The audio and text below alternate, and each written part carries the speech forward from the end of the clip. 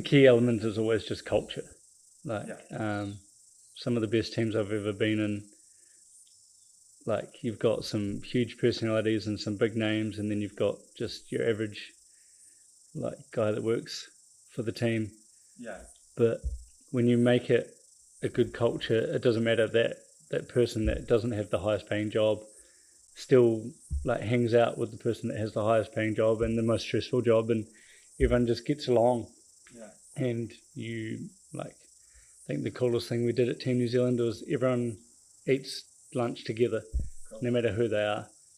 And all the tables were always mixed with different people, and you almost bouncing ideas off each other, and sometimes you can come up with things that you've not even comprehended thinking of, but someone from a different perspective has given you a different point of view, and it helps you realize something that you've not even been thinking about that can add to the team dynamic. And I think that's probably something our organization or big organizations don't do well enough. They keep the separation between the bottom and the top, and I think sometimes people at the bottom actually have fantastic ideas and can give a lot, but they always get discredited and don't get the chance to kind of progress. They're kind of just stuck in their zone. But yeah, when you have a really cool culture, it doesn't matter where you are on the hierarchy. You can be like, you can speak and someone listens to you, or someone trusts what you're saying. And I think that's like, I don't know, you can't really put a price on something like that. So culture is probably the biggest game changer, or the biggest thing I see that can add the biggest value to a team, and the atmosphere of it, and just being part of everything. You keep hearing the saying, one team, one dream, and like if you're saying that, then you have to truly believe that the people at the lowest rank are fighting just as hard as the people at the top to make that achievement happen. And Team New Zealand was a big part of that. My time in rowing was probably a bit different, because it is one of those sports where every individual is trying to get to the top, and sometimes you've got to go against each other to get that position. But once you're in that team, it's very important to be able to listen to each other and gel.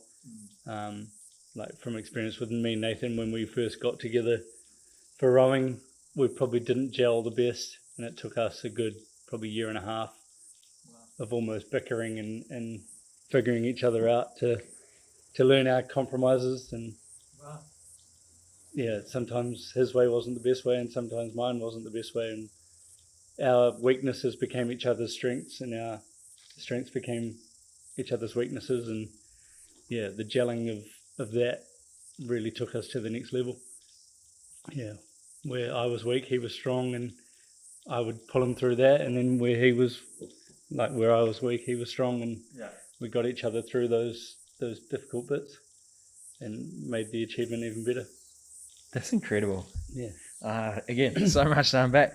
I think like with the rowing thing, it's like from maybe a fan's perspective, you don't see that stuff, right? Like when you're watching the Olympics, the event starts and you see 15 minutes of your last 4 years, and everyone on the water just makes it look easy, so you don't really even consider what's gone into that classic iceberg thing. You only see that top of the iceberg, and that's the glory, but no one sees the depth underneath that it took to get that achievement.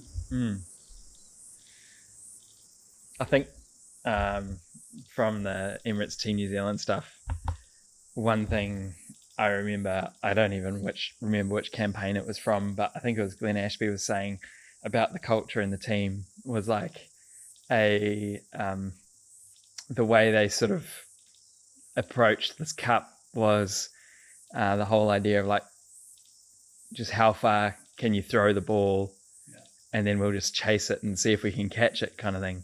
That must be a pretty incredible environment to be a part of.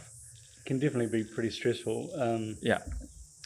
I guess the thing when you don't have the money that some of the other teams have is that you really have to pinpoint the things that you want to focus on. So you can't go in all different directions and try all these different things and then see if they work. You have to make a decision early. Yeah. Pick what you think is going to be the best and then make it work. So I think the task was always to make the boat as fast as possible, no matter if it was hard to sail. And then the task was to learn to sail it. Yeah. Yeah. So make it as difficult as possible, but as quick as it can be. Yeah. And then figure it out after that. So yeah, it's a pretty cool way to think of things. But